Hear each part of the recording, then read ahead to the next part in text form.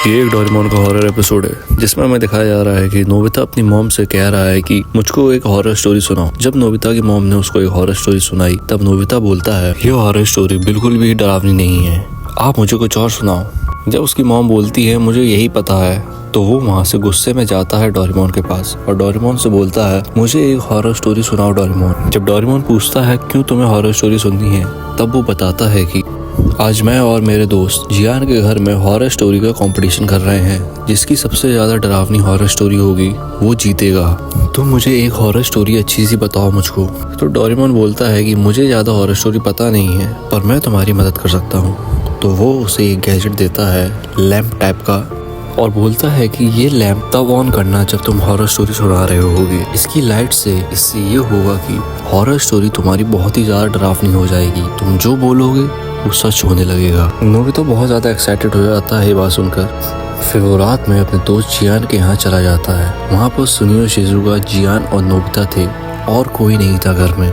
जब चारों लोग साथ में बैठे थे उन्होंने रूम की लाइट बंद कर दी और एक कैंडल जला दी जिससे हॉरर माहौल हो जाए रूम का, और बोलने लगे कि जिसकी स्टोरी सबसे ज्यादा डरावनी होगी वही जीतेगा। रूम का माहौल देखकर नोबिता बहुत ज्यादा डर रहा था। फिर जियान ने अपनी स्टोरी सुनाना चालू किया। उसने बोला ये एक बात है बहुत पुराने टाइम की। एक मेड थी जो एक घर में काम करा करती थी।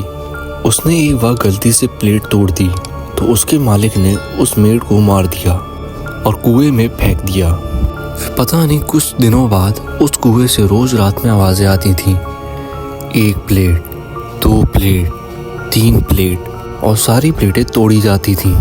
जब रूम में देखा जाए तो वहाँ पर कोई नहीं दिखता था और ये सब सिर्फ रात में हुआ करता था।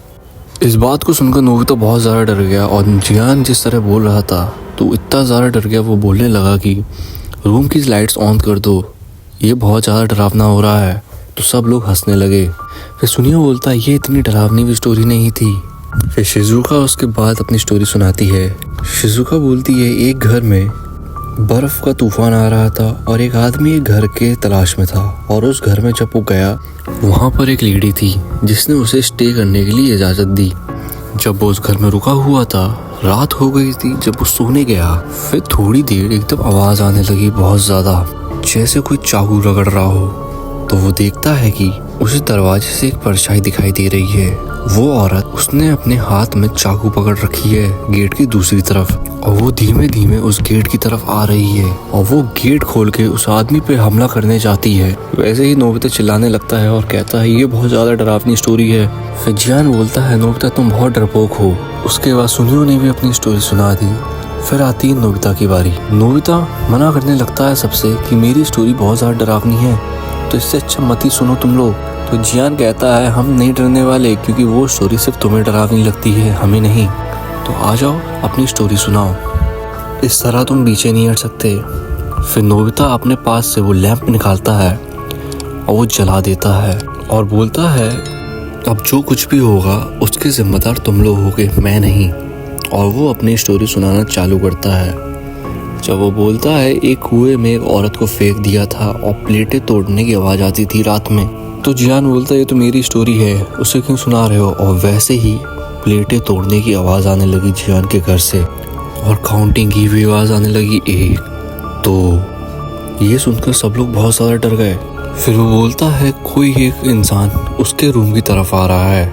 फुटस्टेप्स की आवाज़ आ रही है और वैसे ही आवाज़ आ रही थी। इसे सुनकर बहुत सारा डर गए लोग। तब भी वो लोग कहते हैं स्टोरी आगे सुनाओ, ऐसा कुछ नहीं होगा, या तो चूहे की आवाज़ या तो किसी और चीज़ की आवाज़ होगी। नोबिता कंटिन्यू करता है स्टोरी और वो कहता है वो इंसान चाकू लेकर आ रहा है रूम की तरफ और वैसे ही सब लोग को एक परछाई दिखाई देती है गेट की तरफ। इंसान चाकू पकड़े हुए था और जैसे ही वो गेट खुलता है तो सब लोग बहुत ज़्यादा चिल्लाने लगते हैं, डर जाते हैं।